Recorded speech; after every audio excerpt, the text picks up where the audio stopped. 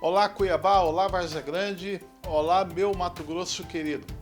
O programa Transportador Cidade de hoje vai levar você para conhecer um pouco da figura do deputado Abílio Brunini. Um cidadão polêmico, um cidadão que causa muita raiva no pessoal, no meio político, mas ao mesmo tempo ele também é amado.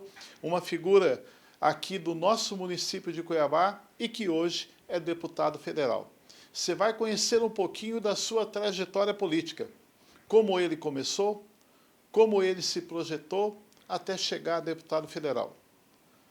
Para nós, cuiabanos, mato-grossenses, é importante conhecer um pouco da história desse homem. Acompanha conosco agora. A entrevista é com o deputado federal Abílio Brunini. Pessoal, programa Transportador, hoje com muita honra, recebe aqui para a entrevista Abílio Brunini. 39 anos de idade, ele foi vereador pelo município de Cuiabá, ele foi cassado e depois teve o seu mandato de volta. Ele é aquele que caiu, mas caiu para cima. Hoje ele é o deputado federal, um dos mais votados da história do Mato Grosso. Abílio, muito obrigado pela entrevista, vindo aqui conosco. Agradeço a sua atenção e disponibilidade. E começo com uma pergunta. Quem é Abílio Brunini? Bom, primeiro, muito obrigado por estar aqui, por ter recebido o seu convite. Lamento você ter informado a minha idade dos 39 anos aí. Não, mas tirando as brincadeiras à parte, quem é o Abílio Brunini é uma resposta muito complicada, porque imagina se eu perguntasse para o Eleus, quem é o Eleus? O Eleus é uma definição muito complicada. Mas eu gosto de simplificar a minha definição numa coisa que define de fato o que eu sou e quem eu sou. Hoje eu sou o pai do Sebastião e da Ana Regina, isso eu sou. Eu sou o marido da Samantha, isso eu sou. Isso é uma definição. Eu sou neto do pastor Sebastião, do jornalista Roberto Jacques Brunini, filho do Abílio e da Silvana, neto da Nilda, de Paula e Lila Spadoni. Isso é o que a gente recebe e é a carga que a gente tem. Agora, eu estudei arquitetura e urbanismo, eu estudo bastante fiscalização e estou hoje na política, fui vereador, como você mesmo disse, e fui candidato a prefeito, perdi muito disso aqui por conta de mim mesmo, apesar de ter ajudado os meus adversários nessa minha derrota, e hoje eu estou deputado federal. Abílio, o senhor é doido? Porque uma das colocações que seus oponentes fazem é essa. Olha, não sei, cara. Não sei, porque há controvérsia sobre ser ou não ser. Muita gente me considera doido, de certa forma. Muita gente me considera. Mas eu acredito que deve ter uma razão lógica, porque enfrentar o sistema, enfrentar os políticos que sempre foram considerados poderosos de Mato Grosso, enfrentar os grupos econômicos que a gente enfrenta aí, que não são aqueles mais bem intencionados com a política local, e enfrentar os maiores líderes políticos da esquerda a nível nacional, alguém deve pensar, esse cara é doido para fazer isso, porque em sã consciência a pessoa deve buscar o descanso, o lazer, a tranquilidade.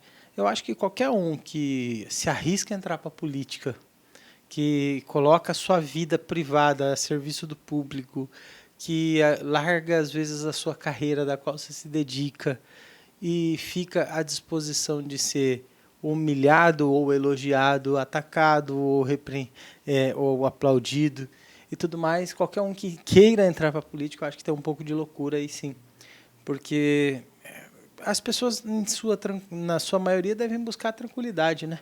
Cuidar de sua família, viver em casa tranquilo, cuidar dos seus filhos. A maioria da população quer assistir o Jogo do Brasil sem se preocupar se alguém está sendo injustiçado na entrada do Jogo do Brasil. A maioria da população quer a tranquilidade, comer churrasquinho em casa e ficar em paz. Eu não, 2 horas da manhã estou indo para uma UPA, 4 horas da manhã estou atendendo o telefone de alguém que está desesperado porque não conseguiu um médico numa unidade de atendimento e está precisando de uma UTI. Então, assim, eu me coloquei numa posição que muita gente que busca tranquilidade considera louco. Eu acho que sim. Mas eu não me considero louco. Eu acho que eu considero uma pessoa que busca desafios e que está sempre em busca de fazer alguma coisa pelo próximo. Eu acho que só faz sentido tudo que a gente faz se a gente fizer pelo próximo. Porque se a gente pensar em nós mesmos, isso tudo que a gente está fazendo não faz sentido. Quando do período da cassação do seu mandato, eu acompanhei toda aquelas sessões, eu ligava a TV, eu trabalhando e acompanhava. E aquela cassação, toda aquela história que houve, você é uma pessoa religiosa, espiritual, você entende hoje que aquele procedimento da sua cassação foi uma bênção ou foi uma injustiça? Olha, eu acredito que a gente é responsável por tudo que a gente passa. Cada escolha leva a uma consequência e o Senhor Deus nos deu livre-arbítrio para isso. Agora, cabe a nós fazer de todos os desafios e dificuldades caminhos para aprendizado, para conseguir avançar e transformar isso em bênção. Quando você abre uma empresa, você não espera que a sua empresa fale ou quebre ou que seu negócio dê errado. Quando você abre uma empresa, você não espera que vá aumentar os impostos sobre a sua empresa ou que o governo crie uma regra que vai te destruir. E quando ele cria e a sua empresa não dá certo e de repente você se adapta para dar certo outra empresa ou outro negócio, não é que foi uma bênção a sua empresa ter quebrado.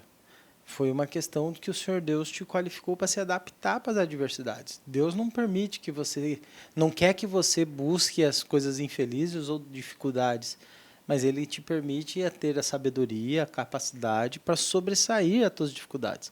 Então, eu acredito que a bênção de Deus na minha vida foi o carinho das pessoas em relação a todas as adversidades que passei. Não a cassação não foi uma bênção. A cassação foi um desafio que poderia ter me feito desestimular da política, sair da política, ou entender aquele desafio como um passo maior que eu tinha que dar, um enfrentamento maior que eu tinha que dar, uma coragem maior. Então, a bênção que eu considero foi a coragem que Deus me deu para enfrentar aquele dia e os amigos que me abraçaram. A bênção que Deus me deu foi os amigos que me carregaram e me seguraram depois que eu fui cassado. A bênção que Deus me deu foi as pessoas terem me apoiado e estar junto comigo depois desse processo todo. A cassação, não. Mas depois da cassação, e como eu lidei com ela, isso sim foi uma bênção. Como vereador pelo município de Cuiabá, e aliás eu ressalto aqui que ser vereador é um cargo extremamente importante. Eu me sinto honrado toda vez que eu assumo, que me dão um espaço para mim poder assumir como suplente. Eu me sinto muito honrado de poder me dedicar para o município de Cuiabá. O senhor que teve todo esse mandato à disposição, qual foi o seu maior projeto em favor do município de Cuiabá? A primeira pergunta que eu faria era para você. Falar, Eleuso, você está dizendo que gostou de ser vereador? Você é doido? Mas não é porque você... Eu lembro do seu primeiro discurso, Eleuso, quando você chegou na Câmara, eu acompanho, você falou, olha, eu não consigo entender como que a gente paga por tudo isso.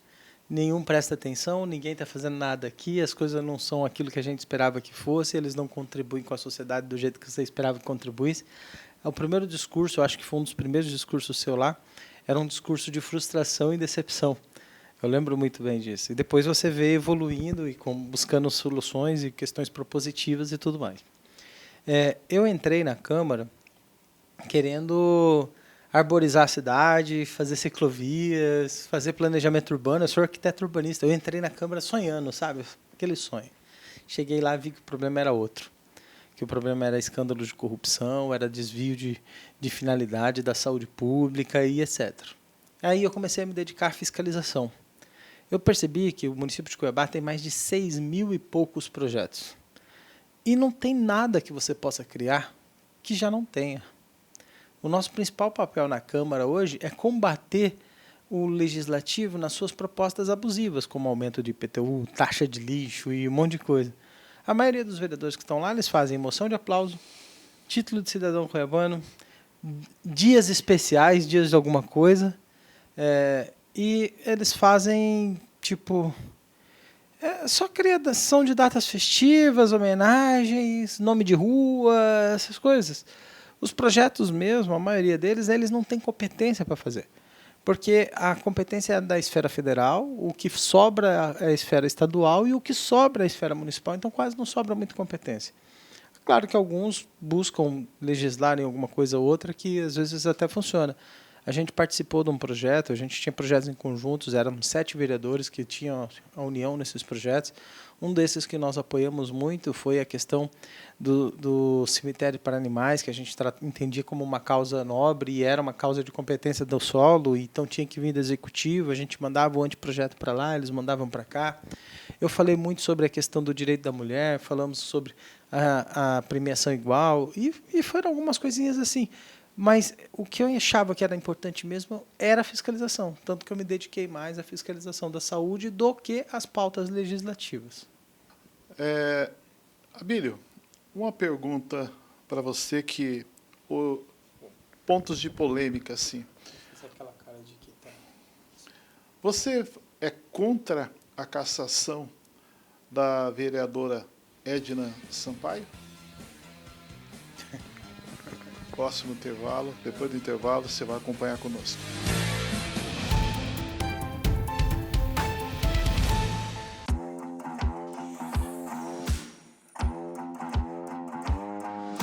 Eu preciso de um caminhão que goste de carga e que faça um serviço rápido. O quanto a gente leva aqui não é para qualquer um. A Mercedes-Benz ouviu você e apresenta o seu caminhão mais potente no país. Actros 2653 com motorização OM 471. São 530 cavalos de potência e força máxima, já em baixas rotações. Um motor com reconhecimento global. São mais de 100 mil unidades produzidas por ano. Economia é importante também. Sem dúvida. Por isso, a nova motorização OM 471 está muito mais econômica. Mas a segurança nas descidas? Para isso, temos o melhor freio motor do mercado, com 580 cavalos. É mais segurança, economia e durabilidade. Actros 2653. Potência, economia e muita robustez. Compre agora e ganhe o plano de manutenção Best Basic, o Mercedes-Benz Uptime e a telemetria Fleetboard. As estradas falam, a Mercedes-Benz ouve e traz a solução. Neste país, os empresários são vistos como mentirosos, exploradores dos trabalhadores. Mas a verdade é bem diferente disso. Afinal, eles não sabem como é ter que demitir alguém, ou como é trabalhar e não levar nada para sua casa porque teve que pagar todas as despesas e impostos da sua empresa. Eles não sabem o que é se dedicar para manter seus clientes e, mesmo com todo o esforço, perdê-los. Eles não sabem quanto tempo das vidas das nossas famílias perdemos porque temos um negócio para tocar. E quando tudo dá errado, ainda dizem, não te avisei? Quando dá certo, dizem que foi sorte. As leis protegem nossos funcionários e concordamos com isso. Mas quem nos protege? Empreender é correr riscos para alcançar recompensas tão grandes quanto o que renunciamos para percorrer essa aventura. E mesmo assim, não somos bem vistos. Muitos julgam nossas empresas e a nós mesmos. Mas eles não conhecem os nomes daqueles que são responsáveis por fazer toda a economia do país girar. Eles não nos conhecem. Precisamos mudar. É a nossa responsabilidade falar mais alto. Precisamos defender o que é nosso. Não podemos deixar nos colocar em mais adjetivos. Vamos colocar as empresas em seu devido lugar. Nós, empresários brasileiros, somos apaixonados e trabalhadores. Arriscamos tudo pelo que acreditamos. Então, não tenha medo de reconhecer o seu sucesso, de querer viver grande, porque você trabalhou duro e conquistou. Isso é seu. Empresas movem a economia. Empresas beneficiam a sociedade. Empresas geram empregos. Empresas geram desenvolvimento. Muito prazer. Nós somos os transportadores rodoviários de cargas.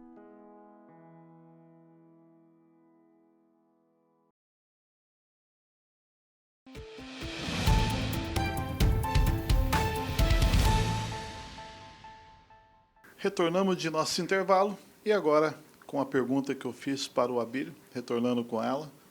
Abílio, você é contra a cassação do mandato da vereadora Edna Sampaio?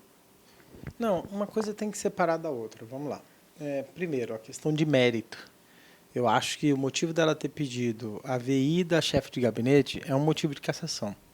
Ela não pode fazer isso, existe uma decisão do Tribunal de Contas, existe uma decisão que foi julgada sobre isso já, que tratou que a verba indenizatória do gabinete, do vereador, não pode passar de 70% ou 75% do valor do salário que ela recebe. Ainda que ela não faça o uso inadequado, vamos supor que ela não pegou esse dinheiro para ela, para uso pessoal. Vamos supor que ela pediu para a chefe de gabinete mandar para ela, para agir como um mandato coletivo, como ela disse. Ainda assim estaria legal, porque estaria descumprindo a decisão do Tribunal de Contas, estaria descumprindo a decisão na Justiça que já tinha sobre o assunto, que não pode passar de 75%. Seria uma pedalada. No mais simples das situações, seria uma pedalada fiscal. Além disso, eu discordo muito dela ter mandado embora uma mulher gestante no meio da gravidez, gerando um ônus para a Câmara grave, e ainda ser sua chefe de gabinete, mandar embora durante o período de gestação.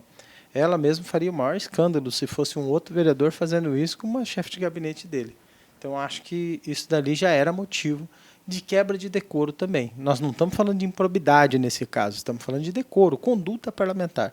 Se ela descumpre com aquilo que ela prega, é uma quebra de decoro parlamentar, e isso é subjetivo, é analisado pela Câmara. Então, em questão de mérito, ela merecia sim ser cassada. Em questão de mérito, ela merece.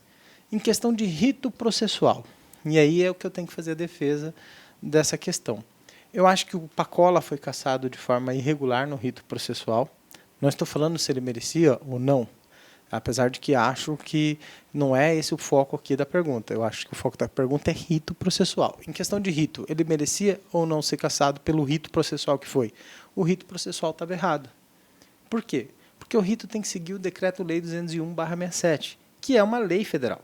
O regimento interno e a lei orgânica, ela não se sobressai à lei federal.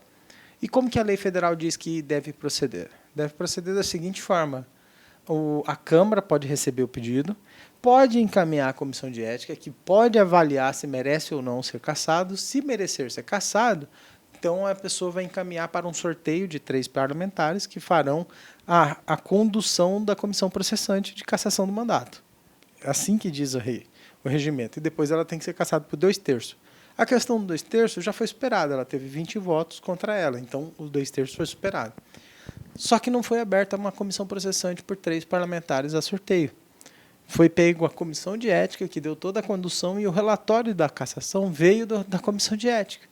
Então, o relatório é fruto de um processo iniciado de forma inadequada. Eu não estou dizendo que o pedido está errado. Estou dizendo que o pedido está ok. O pedido da comissão o pedido ainda diz que é para apurar se houve quebra de decoro e tudo mais. Então, o pedido está ok. Só que a comissão precisava ter concluído orientando uma comissão processante.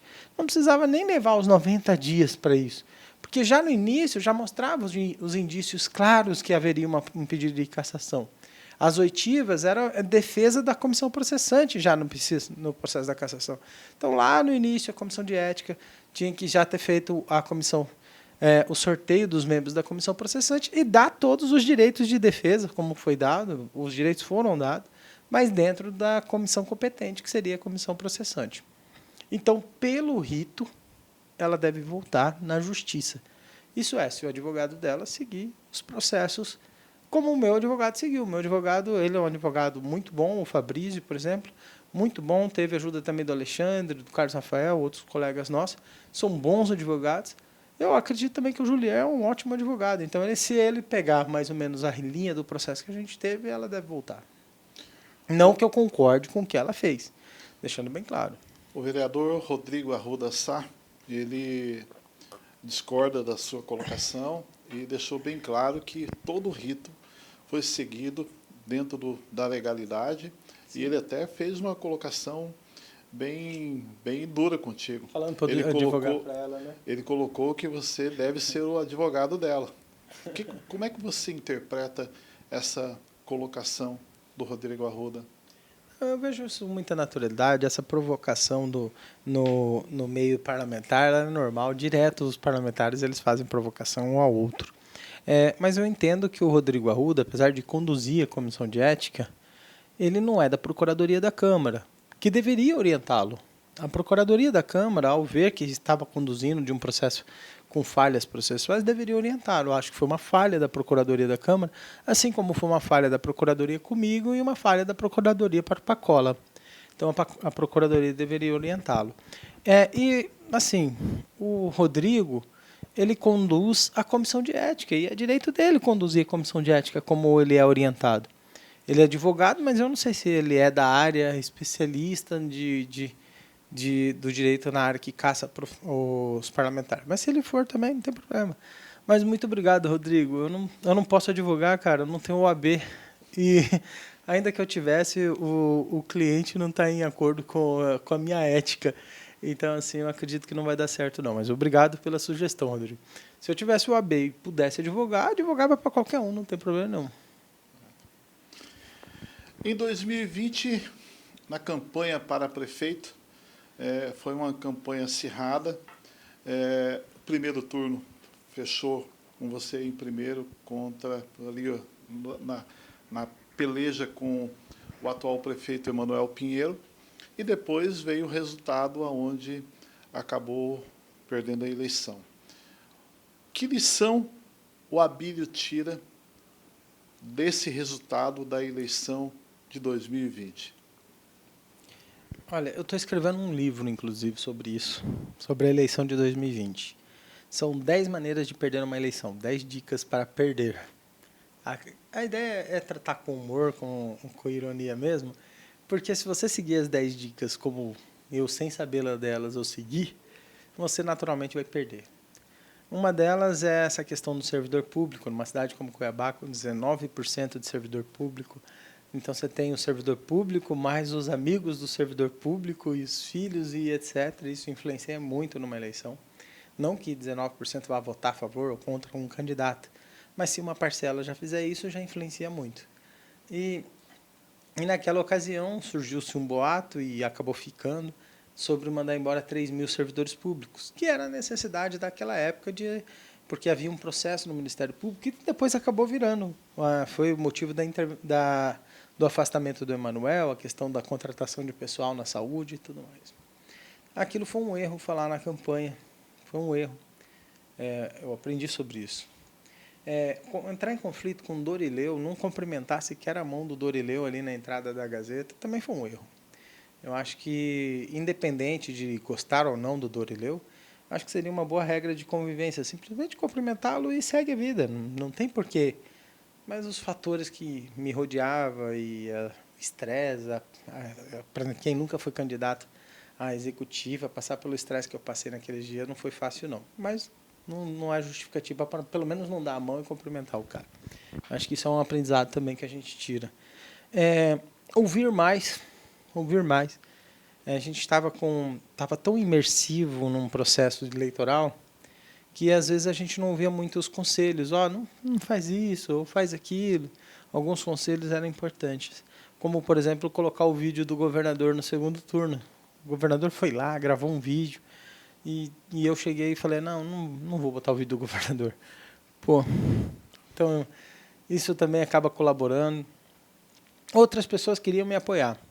O Botelho queria me apoiar. Olha só, o Botelho, que hoje é um pretenso adversário, em 2020 queria me apoiar.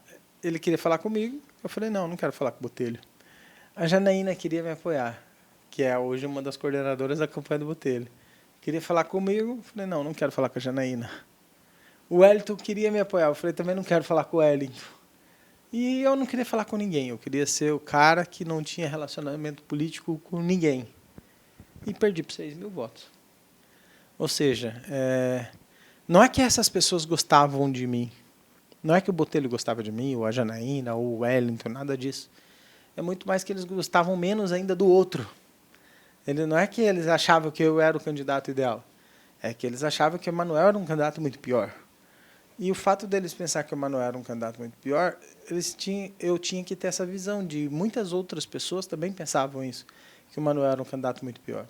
Só que ao não me relacionar, eu acabei sendo avesso a eles, talvez até pior do que o outro, porque se eles não gostavam do Emanuel, o Emanuel era taxado de corrupto e tudo mais, mas pelo menos atendia a ligação deles, falava com eles, então tinha um mínimo de contato. Eu era uma pessoa que não tinha essa imagem, e não tem essa imagem de corrupção nem nada, mas não atendia uma ligação, não falava com ninguém, então... E eu também me iludi pensando que essa questão de corrupção era o mais importante no processo eleitoral. Eu pensava, não, o pessoal está vendo o vídeo do cara botando dinheiro no paletó, ninguém vai votar nesse cara. Não faz o menor cabimento alguém votar nesse cara. E não é o mais importante no conceito de boa parte da população. Então, assim, infelizmente, não é que a gente pensa, por que a política é assim? A política é assim porque uma parcela da população gosta da política assim. E a gente tem que entender isso, é um processo. Tem gente que gosta do bandido, tem gente que assiste a Casa de Papel e torce pelo cara que vai roubar o Banco Central. Tem gente que assiste o funk e acha legal o cara chamar a menina de vadia e etc. Tem gente que está torcendo pelo Hamas. Então, assim, a gente tem que entender que o mundo é diverso e as pessoas têm gostos diferentes. E é nós contra eles, de certa forma, não só nós contra eles, os políticos. Os políticos representam uma parcela da população que acredita nisso. E a gente precisa entender que a questão da corrupção não é o mais importante no meio da população. Senão o Lula também não estava eleito. Né? Senão o Lula também não estava eleito.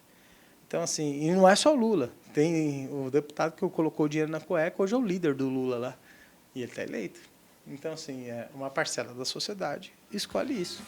Nós vamos para um breve intervalo e já voltamos. Hein?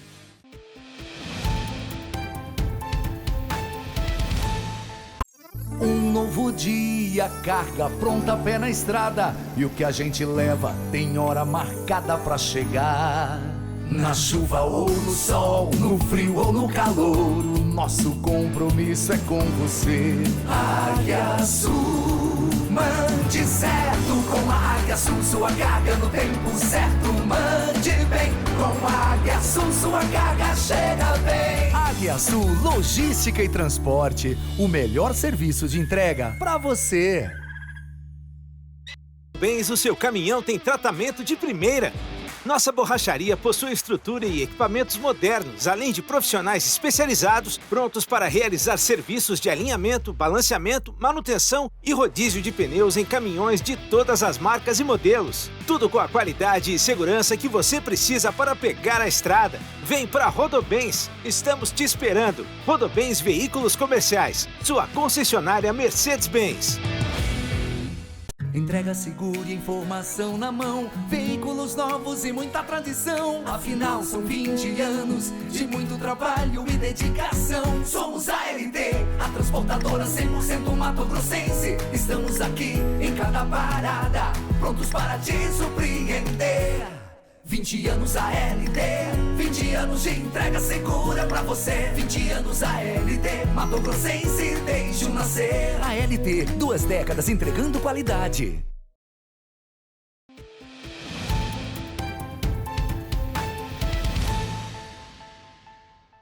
Pessoal, retornamos de nosso intervalo.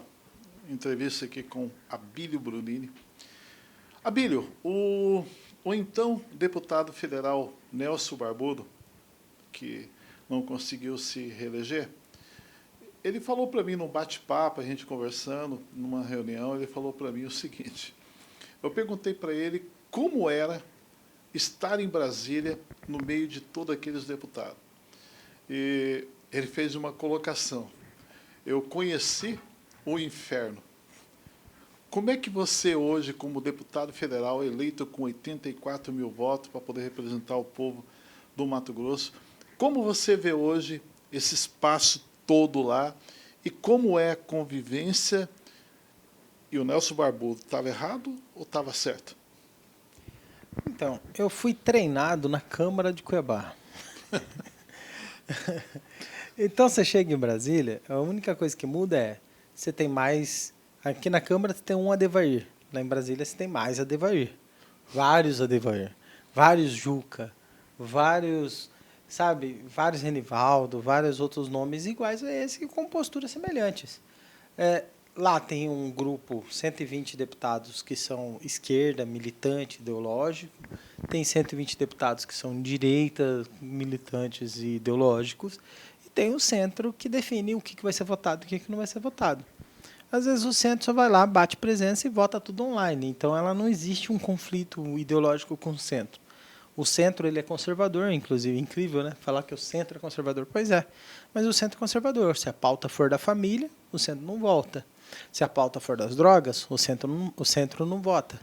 Então, boa parte das vezes que os projetos são ideológicos, familiar e conservadores, o centro se junta com a direita e a direita ganha, como o marco temporal, por exemplo. Quando as pautas são de governo, e aí envolve PIX para os seus municípios, emendas e etc., aí o centro se junta com a esquerda e vota. Ele é um inferno? Olha assim, se você tiver uma experiência como a que eu tive em Cuiabá, a adaptação é mais fácil. Agora, se você nunca foi vereador e chega direto lá e vai enfrentar aquela realidade lá, você nunca ter passado por um pré-aquecimento, você está entendendo? Não passou pelo pré-aquecimento, aí realmente você vai ter um choque muito maior. Apesar de que muitos fazem discurso contra a Câmara, mas chegam lá e têm uma postura semelhante aos demais da Câmara. Porque é muito difícil deles chegar lá e ter um posicionamento 100% de confronto. Eu optei não ter um posicionamento 100% de confronto no sentido pessoal da coisa, mas eu optei por fazer confronto ideológico. Então, eu estou entre os 120 da direita, que faz confronto ideológico, a 120 da esquerda, que não votam as pautas do governo, e ridicularizo aqueles que fazem a questão da esquerda lá, como, por exemplo, a manifestação de apoio ao Hamas, a gente ridiculariza eles, a gente apresenta os projetos e defende as nossas pautas. Estamos muito mais focados também, e isso não aparece tanto, que é a defesa das pautas de interesse público, como, por exemplo, o combate à reforma tributária, que vai aumentar o imposto. A gente lutou pra caramba sobre isso, estamos tentando fazer convencimento no Senado. Não que a gente é contra ter um imposto único, não que a gente é contra uma reforma tributária, a gente é contra essa, do jeito que foi, atropelando todo mundo. Então, assim, eu nunca vou votar contra uma pauta que seja boa para a população, independente se ela for do governo. Como o caso do Desenrola, a gente votou a favor do Desenrola. Todo mundo votou a favor, não teve nenhum voto contra o Desenrola. Ele foi uma votação não nominal, ela foi uma votação simbólica, então todo mundo foi a favor. A única votação nominal que teve era uma emenda que favorecia os empréstimos por pessoas que estavam muito ricas, com muito dinheiro e queria ganhar o Desenrola. A gente foi contra essa emenda, falou, a ideia do Desenrola é um programa social, não é para favorecer político que quer fazer renegociação de dívida aí e ganhar descontos milionários. Então, a gente, incrivelmente, o pessoal foi a favor disso e a gente foi contra. Então, assim, algumas coisas a gente vota, independente se é do governo ou não, porque é bom para a população e aí a gente não tem essa briga. Você é pré-candidato oficial a prefeito de Cuiabá? Sou pré-candidato a prefeito de Cuiabá. No nosso partido, o PL, tem 3 pré-candidatos. Eu só posso falar do meu nome. Tem o Chico também, que é pré-candidato.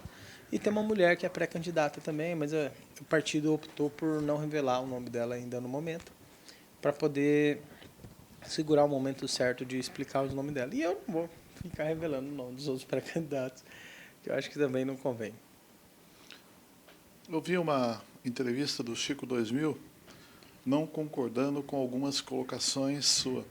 E ele cita que o senhor não manda nem na sua casa.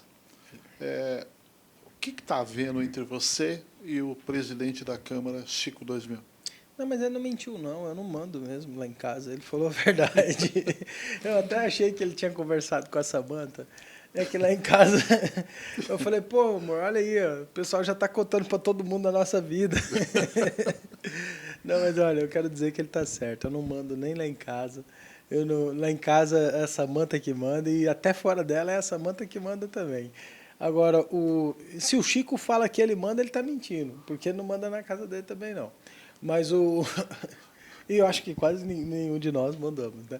Mas o que eu acho que é importante é o seguinte: o partido, eu também não mando no partido. Eu sei que ele está querendo fazer uma analogia a isso. Eu também não mando no partido. O partido ele tem uma diretoria, tem um colegiado, tem um presidente nacional, tem um presidente estadual. Por fim, eu tenho uma função administrativa recente, que é de conduzir esse trabalho de formação de chapa, de montagem de partido. E eu até falei para o partido que fico até o fechamento da janela, porque aí eu saio já para me preparar para a convenção partidária. Mas o partido também eu não mando, ele tem um colegiado. Eu apresento propostas, sugestões, algumas delas vêm de cima para baixo. E a gente apresenta, a diretoria vota, inclusive ele, se quiser participar da diretoria ou outra pessoa quiser, qualquer filiado do partido pode opinar e as decisões virão de um colegiado, não minha. Porque, e acredito que na Câmara Municipal é assim também. O Chico ele tem a função administrativa de zelar da Câmara, de cuidar da Câmara e tomar decisões lá. Mas a Câmara tem uma mesa diretora, um secretário que precisa ajudar a aprovar, um vice-presidente que precisa. E também tem o colegiado de vereadores, colégio de líderes, além da própria da sessão. Então, acho que esse negócio de mandar, ele está superado. Hoje em dia, é tudo meio por colegiado. Quem é Lula para o senhor?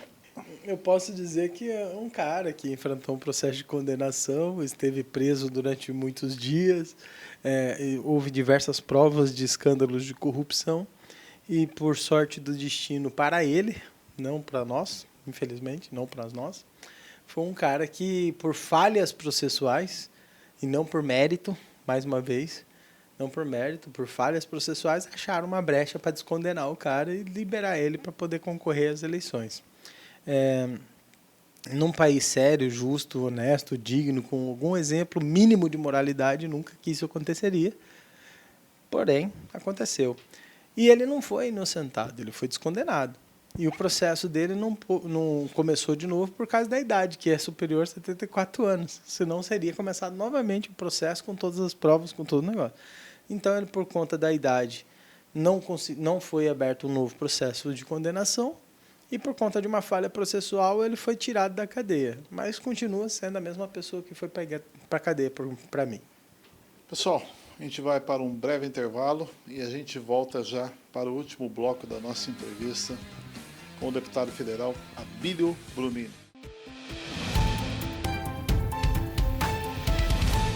Que tal ter mais rapidez e se conectar com o seu cliente em todo o Mato Grosso? Esse é o Conexão Carva Lima. Tem à sua disposição um serviço que utiliza horários estratégicos de carregamento sem depender de redespachos ou outras transportadoras, o que torna a sua operação mais ágil, segura e com a qualidade que você merece. Atendemos todas as cidades de Mato Grosso. Conheça mais sobre o Conexão Carva Lima. Acesse carvalima.com.br. Carva Lima Transportes, movidos pela confiança. Trabalhador do transporte. O SEST Senat tem tudo para você. Temos cursos especializados para diversas áreas do transporte, como gestão, NR20 e NR35. Cuidamos da sua saúde com serviços de odontologia, fisioterapia, psicologia e nutrição. E para o seu lazer, temos uma variedade de esportes que vão melhorar a sua qualidade de vida. Vem para o SEST Senat. Procurando opções em peças de reposição para o seu Mercedes-Benz? Na Rodobens Veículos Comerciais você encontra a linha Renove de peças remanufaturadas da Mercedes-Benz. Uma ótima alternativa para você economizar muito, sem perder a qualidade e eficiência que seu caminhão precisa e ter toda a tranquilidade e segurança de rodar pelas estradas Brasil afora, com a mesma qualidade de uma peça genuína nova. Aproveite, passe em nossa concessionária e conheça a linha Renove de peças remanufaturadas. Rodobens Veículos Comerciais, sua concessionária Mercedes-Benz.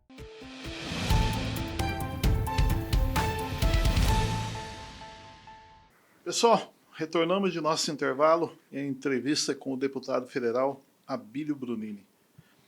Da mesma maneira que eu fiz a pergunta anterior sobre o presidente Lula, eu faço uma pergunta ao senhor. Quem foi Bolsonaro para o senhor? Para mim, esse aí é ainda quem é, não é quem foi, é quem é. Porque ele está nativa, está vivo, está em plena atividade.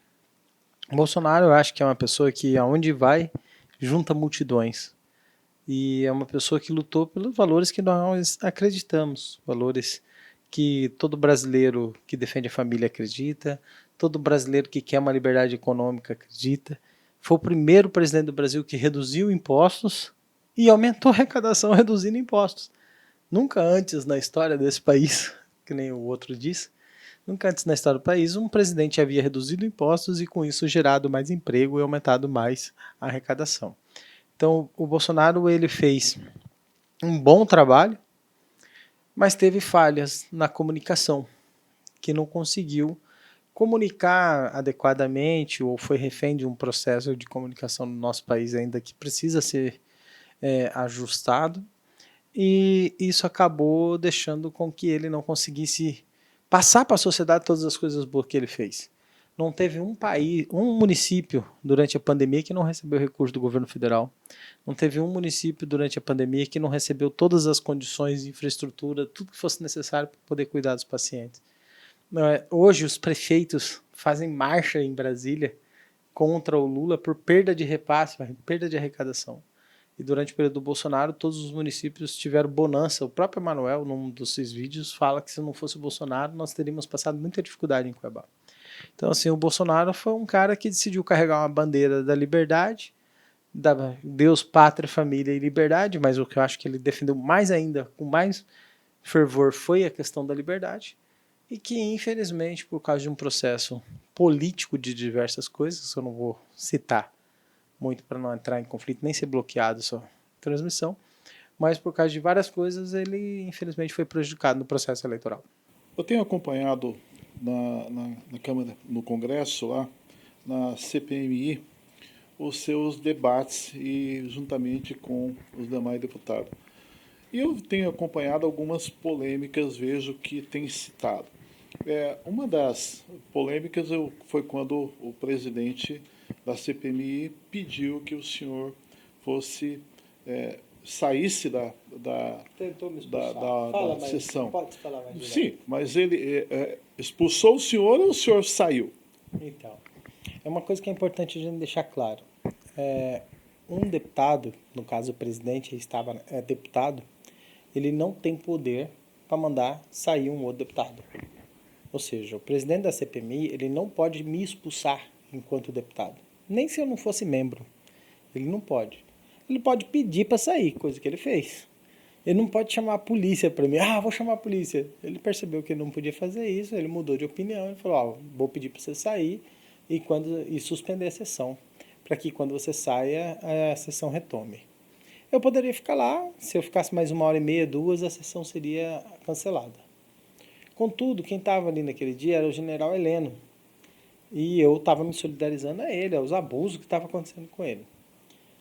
E os deputados de direita mesmo, os nossos deputados, eles me pediram. Falou, Abílio, ajuda a gente tem perguntas aí para fazer. Se você ficar, vai suspender a sessão, e ela vai ficar suspensa até cancelar, e aí a gente não vai fazer as perguntas. E como a esquerda já fez, a maioria deles já fizeram as suas perguntas, ajuda a gente para a gente voltar a fazer pergunta. Deputados amigos nossos, eu não vou citar os nomes, mas amigos nossos.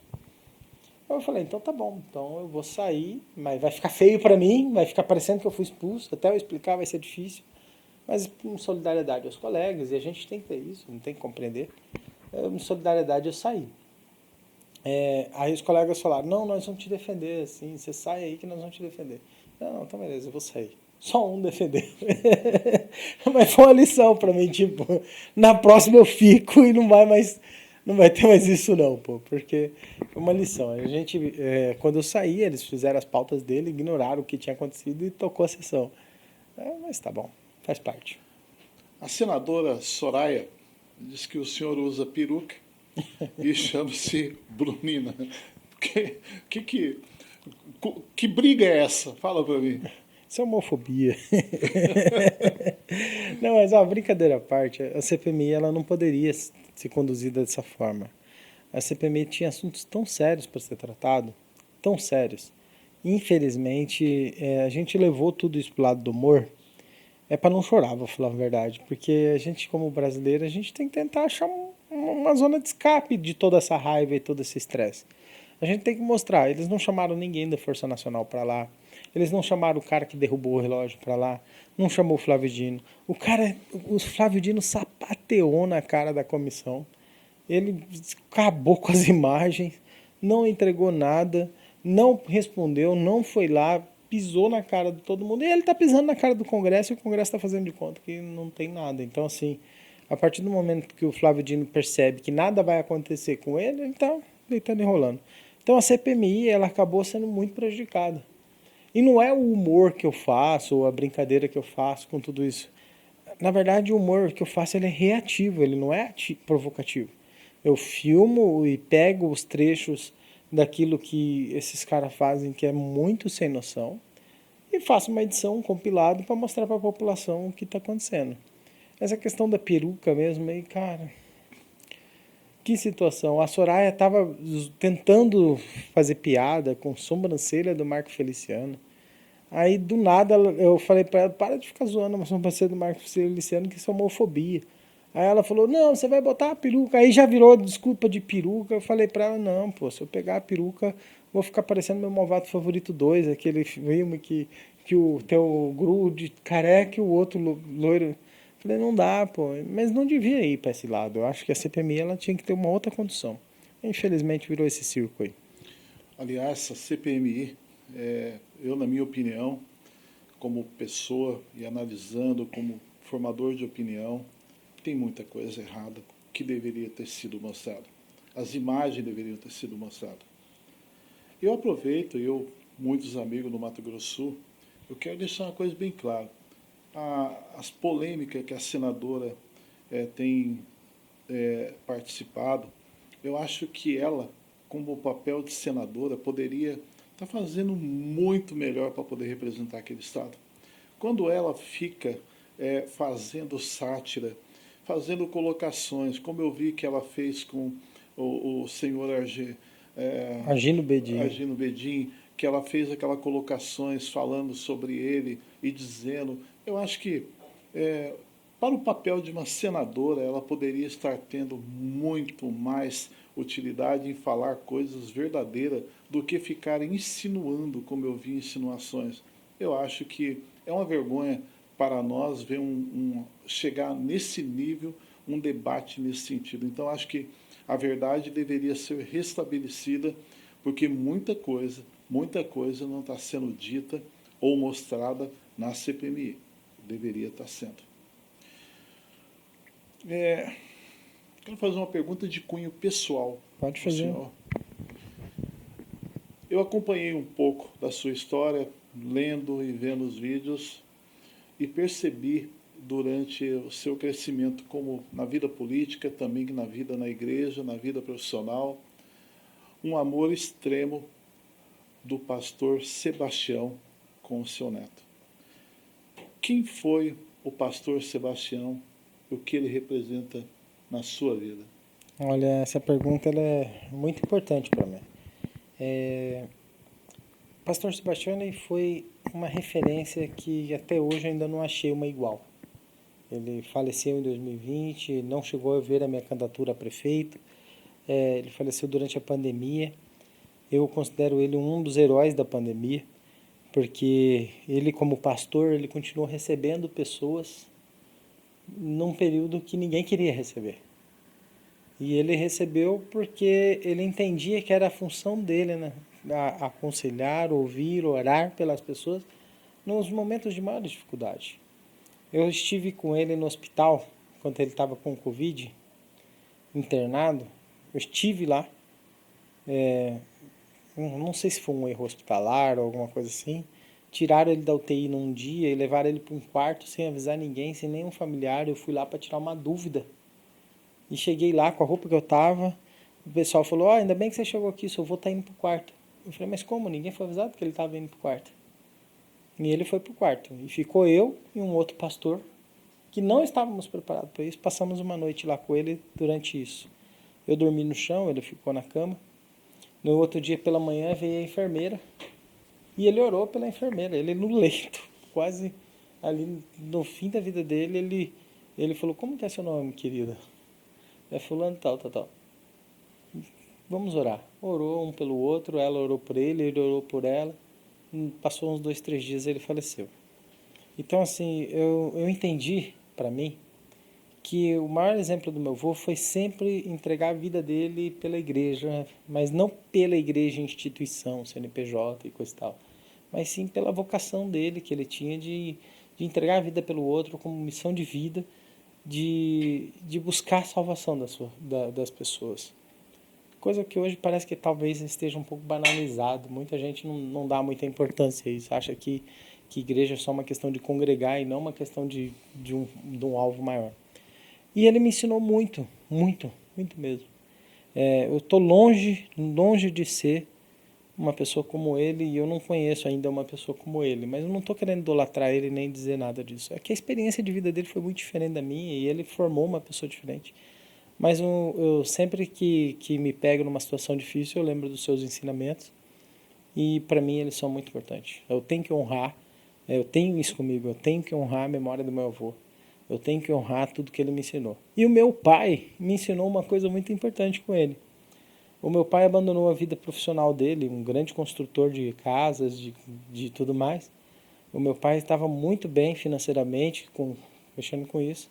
E meu pai, nos últimos 2 anos de vida do meu avô, os últimos 5 anos de vida do meu avô, ele decidiu largar toda a projeção de vida dele para poder entregar a vida dele para cuidar do meu avô, com as questões de saúde. Então meu pai saiu da casa dele, numa casa boa, confortável, e foi morar na casa do meu avô, para poder ficar lá cuidando do meu avô de madrugada, de noite. Então, assim, o ensinamento do meu pai de falar, poxa, eu tenho que cuidar do meu pai, então isso também me ensina, eu tenho que cuidar do meu pai.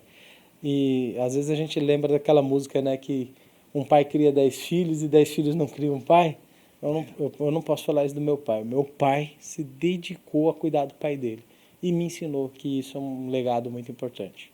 Estamos chegando ao final da nossa entrevista e o Wilson Santos, ele tem o apelido de Galinho. O Wilson Santos tem o apelido de Galinho, então arrepia e fica bravo. E é um bom deputado no sentido de briga, né? Sim. Eu, vendo a história do Abílio e vendo a história um pouco de um homem que eu acompanhei um pouco na história da humanidade, hoje na história de Israel, que já faleceu, que é o Ariel, foi o primeiro-ministro, foi general, foi um grande combatente chamado Ariel Sharon. Ele tinha o apelido de Trator. Vendo o deputado Abílio na sua atuação no Congresso e também batalhando muito, eu vejo que esse apelido também pegaria muito firme. Abílio, o Trator. Obrigado pela entrevista. Tenho certeza que a população de Cuiabá, do Mato Grosso, vai conhecer um pouco mais da personalidade. Hoje ele está light, tá? Está light, mas ele vai para cima e vai com tudo. Muito obrigado pela entrevista, pela sua participação conosco no programa. Só fazer uma correção. Na questão do Wilson, ele tem um trabalho muito importante ele teve um trabalho muito importante, que foi nessa questão de mostrar um parlamento de confronto. Ele teve muito isso no parlamento, quando ele foi vereador, depois como deputado. E isso a gente tem que ver com as outras pessoas como que eles são. A esquerda sempre foi uma esquerda de confronto, uma esquerda de enfrentamento. Hoje eu chego no parlamento e olho para eles e falo, aprendi com vocês. Se vocês davam trabalho, vocês brigavam, vocês iam para cima, vocês enchiam o saco, vocês eram do incômodo, hoje eu aprendi a ser oposição com vocês. Então, se vocês fazem isso, hoje eu falo para vocês, nós vamos fazer isso para ensinar vocês agora, que vocês fizeram com a direita por muito tempo, nós vamos devolver para vocês em dobro. Porque se eles incomodaram o governo Bolsonaro nos últimos 4 anos, perturbando mesmo, incomodando mesmo, agora a gente vai mostrar para eles que a gente aprendeu e que sabe fazer. O Wilson, ele tem um posicionamento na Assembleia, ideologicamente contrário, eu e ele temos um posicionamento muito ideologicamente contrário, mas em algumas pautas a gente tem entendimento. Por exemplo, eu defendo que as pessoas tenham direito de pesca. Eu acho que não é proibir a pesca por 5 anos que vai fazer o rio melhorar. Se você não parar de liberar PCH, se você não parar de liberar as dragas, se você não mudar o comportamento em relação ao rio, você só vai prejudicar as pessoas que são pescadores, que têm uma história, têm uma tradição cultural. Ele é mais à esquerda, eu à direita, nós temos posicionamentos muito contrários. Mas nessa questão da pesca, por exemplo, nós temos um pensamento em comum. Muito obrigado. Obrigado, Abílio.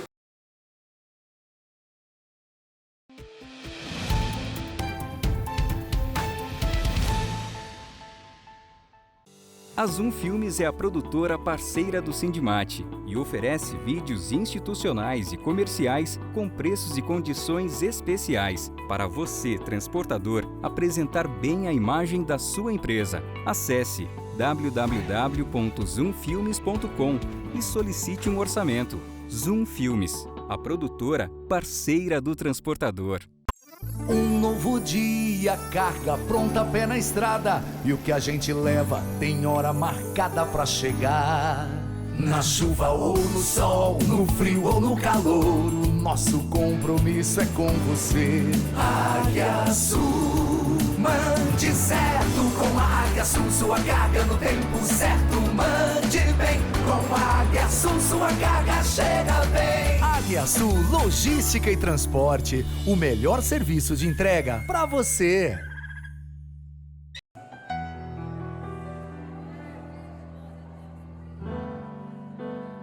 Como Zaqueu, eu quero subir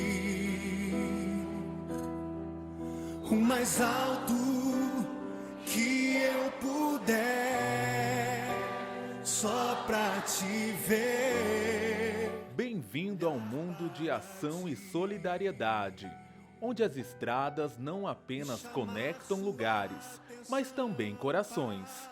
Nesta jornada pelo Sindicato das Empresas de Transporte de Carga de Mato Grosso, você descobrirá como a força das rodovias se une à beleza da compaixão. Entre 2022 e 2023, várias ações foram realizadas pela entidade. Na velocidade dos sonhos, o Sindimate não só transporta cargas, mas também sorrisos. Crianças carentes do bairro Pedra 90 encontram alegria e adrenalina em uma jornada especial ao Autódromo da Bom Futuro.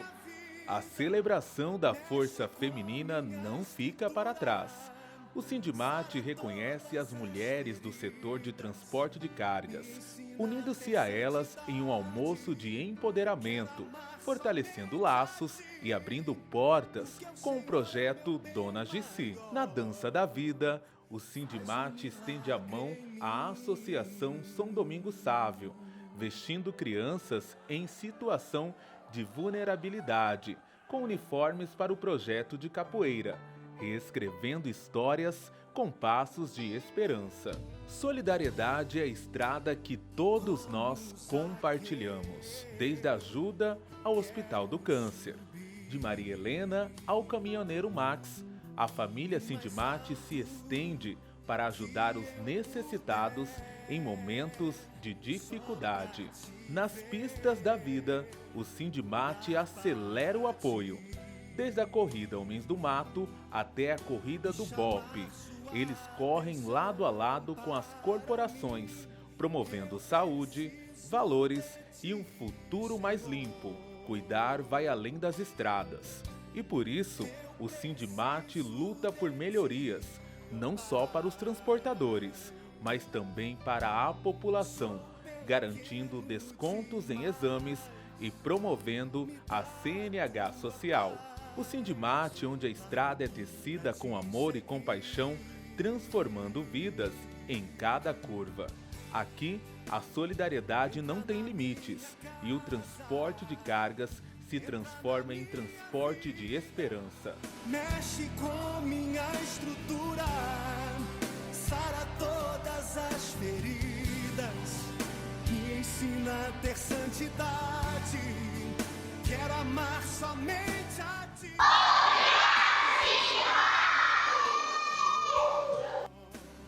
Faz um milagre em mim, entra na minha casa, entra na minha vida. Bens, o seu caminhão tem tratamento de primeira. Nossa borracharia possui estrutura e equipamentos modernos, além de profissionais especializados, prontos para realizar serviços de alinhamento, balanceamento, manutenção e rodízio de pneus em caminhões de todas as marcas e modelos. Tudo com a qualidade e segurança que você precisa para pegar a estrada. Vem para Rodobens, estamos te esperando. Rodobens Veículos Comerciais, sua concessionária Mercedes-Benz.